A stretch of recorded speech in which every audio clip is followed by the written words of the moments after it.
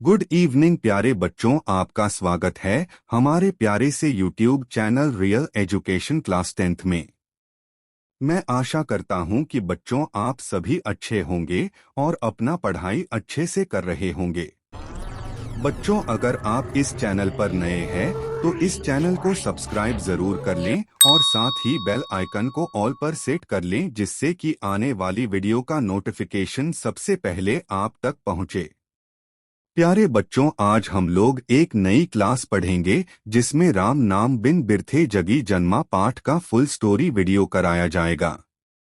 बच्चों, अगर आपको ये वीडियो अच्छा लगे तो एक लाइक जरूर करें और साथ में चैनल को सब्सक्राइब करना न भूलें। बच्चों, अब हम अपनी नई क्लास शुरू करते हैं। राम नाम बिन बिरथे जगी जन्मा पाठ का सारांश लिखें। लेखक परिचय।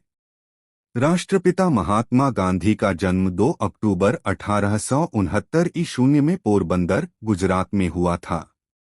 उनके पिता का नाम करमचंद गांधी और माता का नाम पुतलीबाई था।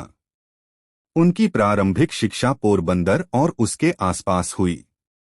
4 दिसंबर 1888 ईस्वी में वे वकालत की पढ़ाई के लिए university college London university London गए। 1883 ईस्वी में कम उम्र में ही उनका विवाह कस्तूरबा से हुआ, जो स्वाधीनता संग्राम में उनके साथ कदम से कदम मिलाकर चली। गांधी जी के जीवन में दक्षिण अफ्रीका 1893 से 1914 ईस्वी के प्रवास का ऐतिहासिक महत्व है।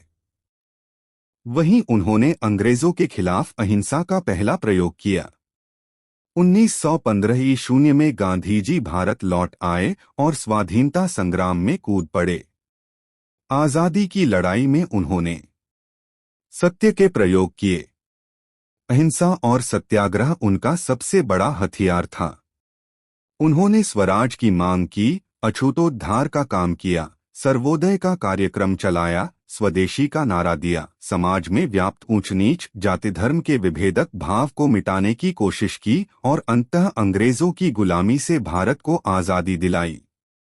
राम नाम बिन बिरथे जगी जन्मा पाठ का सारांश। इस पाठ में सच्चे हृदय से राम नाम अर्थात ईश्वर का जप करने की सलाह दी गई है, तो बाह्य आडंबर, पूजा पाठ और कर्मकांड की कड़ी आलोचना की गई है। सुख दुख में हमेशा एक समान रहने की सलाह दी गई है। राम नाम बिनु बिरथे जगी जन्मा। राम नाम बिनु बिरथे जगी जन्मा। बिखु खावे बिखु बोले बिनु नावे नेहफलु मटी भ्रमना। पुस्तक पाठ व्याकरण बखाणे संधिया करम निकाल करे। बिनु गुरुसबद मुक्ति कहा प्राणी राम नाम बिनु अरुझी मरे। इसका अर्थ है, गुरु नानक कहते हैं कि जो राम के नाम का स्मरण नहीं करता है उसका संसार में आना और मानव शरीर पाना व्यर्थ चला जाता है। बिना कुछ बोले विष का पान करता है तथा मयारूपी मृगतृष्णा में भटकता हुआ मर जाता है, अर्थात राम का गुणगान न करके मायाजाल में फंसा रहता है।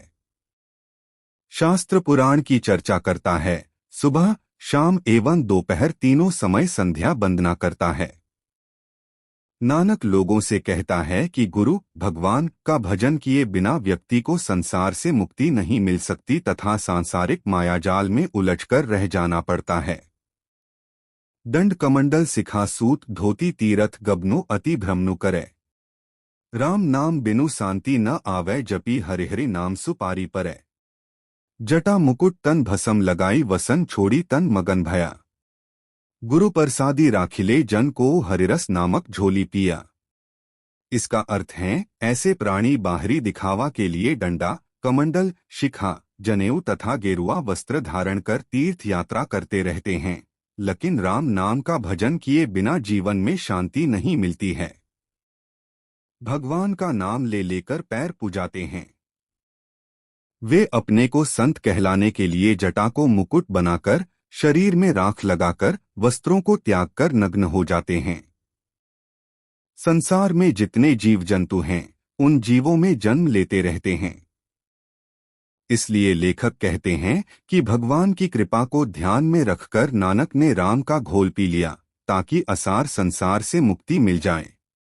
जो नर दुख में दुख नहीं माने, जो नर दुख में दुख नहीं माने, सुख स्नेह अरु भय नहीं जाके कंचन माटी जाने, नहीं निंदा नहीं अस्तुति जाके लोभ मोह अभिमाना, हर्ष सोकते रहे नियारो नाही मान अपमाना, आसा मनसा सकल त्यागी के जगते रहे निराशा।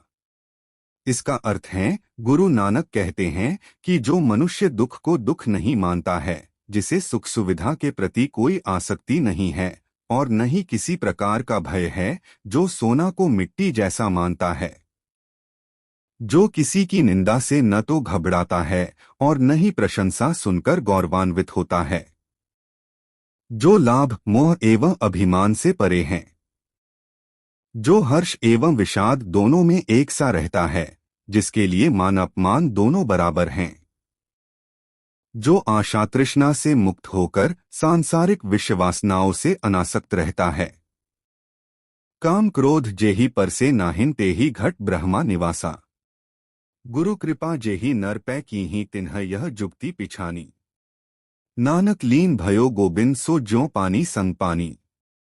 इसका अर्थ है, जिसने काम क्रोध को वश में कर लिया है, वैसे मनुष्य के हृदय में ब्रह्मा का निवास होता है। अर्थात जो मनुष्य रागद्वेष मान अपमान सुख दुख निंदास्तुति हर स्थिति में एक समान रहता है, वैसे मनुष्य के हृदय में ब्रह्मा निवास करते हैं। गुरु नानक का कहना है कि जिस मनुष्य पर ईश्वर की कृपा होती है, वह सांसारिक विषय वासनाओं से स्वतः मुक्ति पा जाता है। इसीलिए नानक ईश्वर के चिंतन में लीन होकर उस प्रभु के साथ एकाकार हो गए, यानी आत्मा परमात्मा से मिल गई, जैसे पानी के साथ पानी मिलकर एकाकार हो जाता है।